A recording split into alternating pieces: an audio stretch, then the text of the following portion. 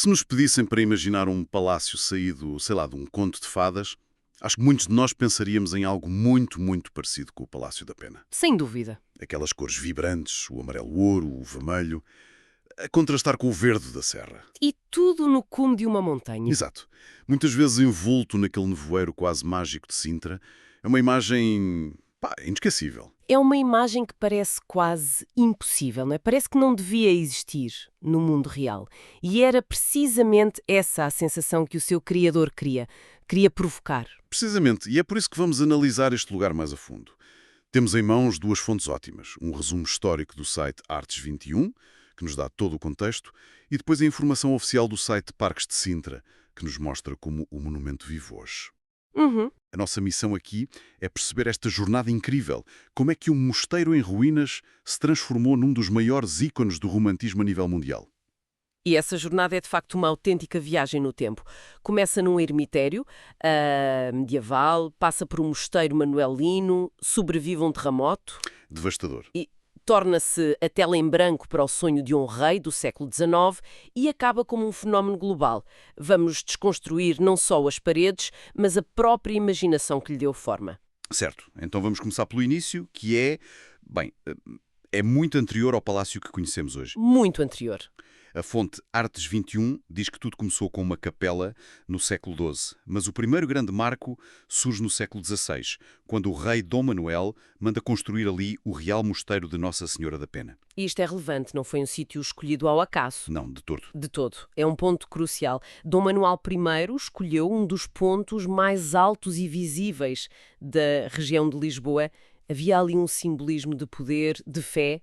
Claro. E, mais importante para a nossa história, ele deixou uma marca de um estilo muito próprio, manuelino. Portanto, quando Dom Fernando II chega, séculos mais tarde, ele não encontra um terreno vazio, Não. encontra a história. Encontras vestígios de uma era de ouro da história portuguesa. Mas vestígios que estavam em muito mau estado, a história aqui dá uma volta dramática com o terremoto de 1755. O mosteiro ficou praticamente em ruínas. Praticamente destruído. E o golpe final, segundo a fonte, foi em 1834, com a extinção das ordens religiosas que o deixou, completamente ao abandono. E temos o cenário perfeito. Exato. Uma ruína romântica a ser lentamente devorada pela natureza no topo de uma serra. E essa imagem, para a mentalidade da época, era irresistível. Hoje olhamos para uma ruína e pensamos em decadência, em algo que se perdeu. Sim, e abandono. Mas para um romântico do século XIX, uma ruína era o auge da beleza. Era a prova da passagem do tempo, da luta entre a obra humana e a força da natureza. Era sublime, poético. Portanto, Dom Fernando II não viu um problema para resolver. Viu uma oportunidade. Viu uma oportunidade única. Uma tela em branco com uma história já gravada nela. Temos então um cenário. Faltava a personagem principal. E ela não podia ser mais improvável, talvez. Sim, um pouco. Entra em cena Dom Fernando II, um príncipe alemão de Saxe-Coburgo e Gotha, que casa com a rainha Dona Maria II e se torna rei consorte. A fonte Artes 21 descreve-o como um homem extremamente culto, um poliglota, um verdadeiro mecenas e colecionador. E o mais importante, ele próprio era artista. Daí a alcunha Rei Artista. Um homem que, vindo de fora, se apaixonou pela cultura e pela história de Portugal de uma forma que talvez poucos portugueses da elite da altura o fizessem. Ele via o país com um olhar fresco, um olhar romântico e ficou absolutamente fascinado por Sintra. Tanto que em 1838 compra o mosteiro em ruínas e a mata toda à volta. Mas o que me surpreende é que o plano inicial era modesto. Muito modesto. Ele queria apenas restaurar o edifício para ser uma residência de verão, algo funcional. O que é que aconteceu para que uma simples casa de férias se transformasse nisto? O entusiasmo de um artista. É a única explicação.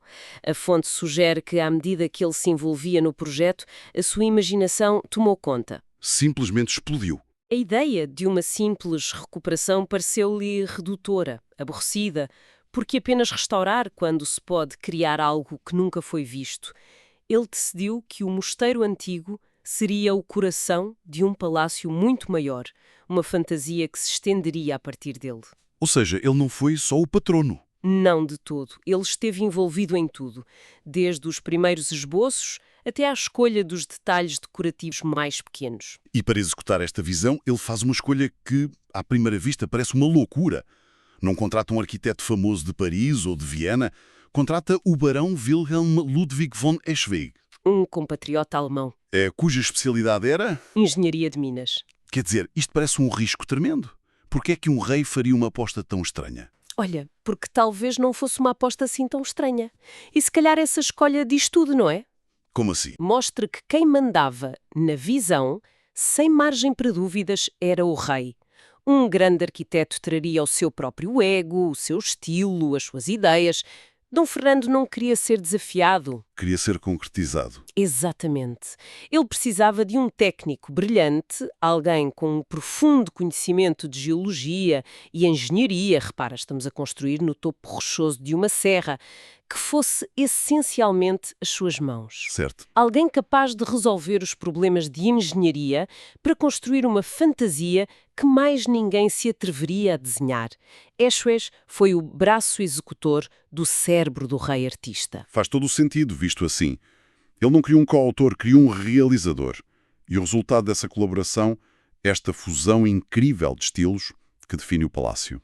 É verdade. A fonte Artes 21 fala de um cenário das 1001 noites, com influências que vão do gótico ao manuelino, passando pelo morisco e até pelo renascentista. Hoje em dia, chamaríamos a isto um mashup quase pós-moderno, na sua audácia. É verdade. Mas não é um mashup aleatório. É uma narrativa construída em pedra. Cada estilo foi escolhido com um propósito. Dom Fernando não estava só a decorar. Estava a contar uma história. Estava a contar uma história sobre Portugal e sobre si mesmo. A arquitetura romântica tinha esse objetivo, ser evocativa, teatral. Por isso é que temos torres de vigia, ameias, caminhos de ronda, uma ponte levadiça. Coisas que não serviam para nada funcionalmente. Nada. Nada disto tem qualquer função defensiva, claro. É por cenário. É a criação de um castelo de fantasia medieval como ele o imaginava. Vamos a exemplos concretos que são fascinantes.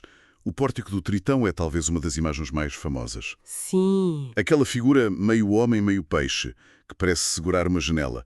É ao mesmo tempo belo e um pouco assustador, não? Tem uma força incrível e conta-nos a história da criação. O Tritão, coberto de corais e conchas, emerge do caos primordial para sustentar o mundo, neste caso, o palácio. É uma alegoria poderosa.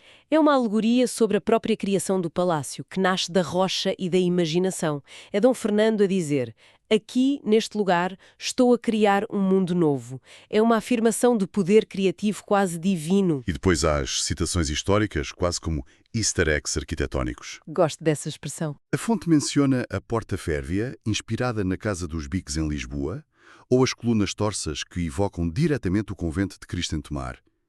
Ele estava a criar uma ligação deliberada com outros grandes monumentos. Sem dúvida. E especificamente com o estilo manolino. No século XIX, o manolino era visto como a expressão máxima da identidade nacional, a idade de ouro dos descobrimentos. Claro. Ao incorporar elementos manolinos de forma tão explícita, Dom Fernando, o rei estrangeiro, estava a legitimar-se. Estava a dizer: eu sou o herdeiro desta grande tradição. O meu palácio é a continuação dessa história gloriosa. E, ao mesmo tempo, mistura com elementos mouriscos. Como o minarete, para evocar um exotismo, uma fantasia oriental que era muito popular na época. É uma combinação de orgulho nacional e fascínio pelo exótico. Portanto, o palácio não é apenas uma casa, é uma declaração. Uma declaração política e cultural. Exatamente. É a visão de um rei sobre o que Portugal foi e o que poderia ser. E as cores? Temos de falar das cores. Aqueles tons tão fortes que hoje nos chocam um bocadinho. Eram mesmo assim? Eram. Os restauros mais recentes basearam-se em prospeções que confirmaram essa paleta de cores original. Para nós, habituados a ver os monumentos históricos com a cor sóbria da pedra envelhecida, é um choque. É um choque, sim. Mas no século XIX, a cor era vista como essencial à vida de um edifício. Aquelas cores vibrantes são a expressão máxima da ousadia e da teatralidade do projeto. Não era para ser discreto, era para ser visto de longe, para impressionar, para ser uma fantasia a cores. E hoje continua a impressionar milhões. O que nos leva à experiência de visitar o palácio atualmente.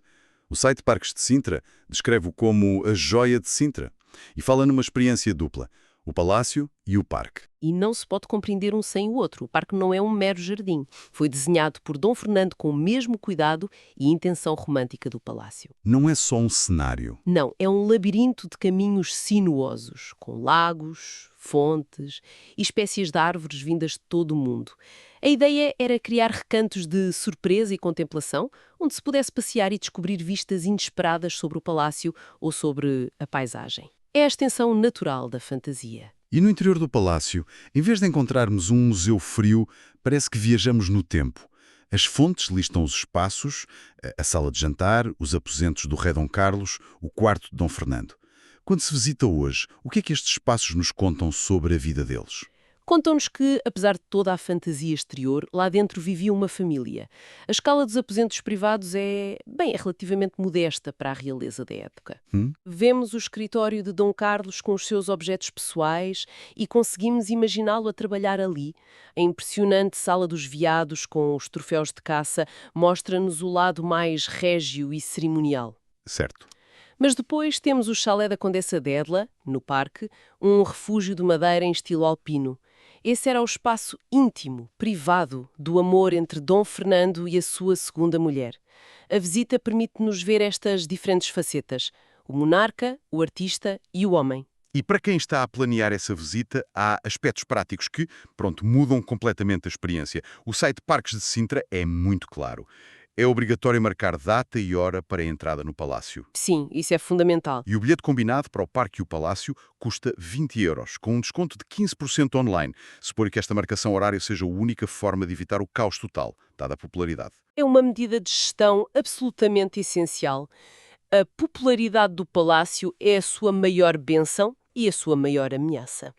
Sem um sistema de controle de entradas, os pequenos aposentos e o claustro manuelino estariam Invisitáveis. permanentemente sobrelotados. A experiência de visitar um lugar de sonho seria arruinada. Esta regra, embora possa parecer inconveniente, serve para proteger o monumento e, na verdade, para proteger a qualidade da visita de cada pessoa. E falando em regras, há uma que é crucial: o acesso. A fonte é taxativa. O trânsito de carros particulares é proibido nas imediações do palácio. E ainda bem. A recomendação é usar transportes públicos, como o autocarro 434 ou os percursos pedestres. Isto pode ser um choque para muitos turistas, não? Pode, mas é outra medida de preservação fundamental. E não só do palácio, mas de toda a paisagem cultural de Sintra, que é património mundial. Claro. Imagina o impacto de milhares de carros a subir e a estacionar todos os dias naquela serra frágil. Seria a destruição da própria magia que atrai as pessoas. É verdade. De certa forma, esta restrição obriga-nos a uma abordagem mais lenta, mais consciente. A subida a pé ou de autocarro torna-se parte da experiência, aumenta a antecipação. Chegar lá acima, a pé, e ver o palácio surgir por entre as árvores é muito mais recompensador do que sair de um carro diretamente para a porta. Antes de terminarmos, uma nota prática final, já que hoje é 11 de dezembro de 2025, o site avisa que o palácio estará encerrado nos dias 24, 25 e 31 de dezembro de 2025 e a 1 de janeiro de 2026. Ficou o aviso? É bom saber para quem planeia uma visita na época festiva. Sim, mesmo os palácios de fantasia precisam de um descanso. Em resumo, então, o Palácio da Pena é muito mais do que um belo castelo.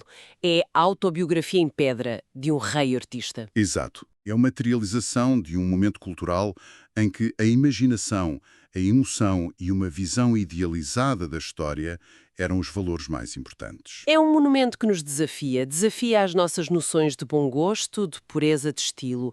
É um edifício que não foi feito para ser apenas funcional, foi feito para contar uma história, para nos transportar para outro mundo. E essa história é da imaginação sem limites do seu criador. E isso deixa-nos com uma reflexão para o final. O palácio foi concebido como o refúgio íntimo e a fantasia privada de um rei, um lugar de sonho pessoal, para ser vivido, não apenas visto. Hoje é um ícone global, um dos monumentos mais fotografados do mundo, partilhado instantaneamente em milhares de imagens digitais todos os dias. A questão que fica é: Como é que esta transição de um sonho pessoal para um bem de consumo turístico global altera a forma como percebemos e sentimos um lugar como este? É uma ótima pergunta. Será que ainda conseguimos sentir a fantasia íntima do rei no meio da multidão?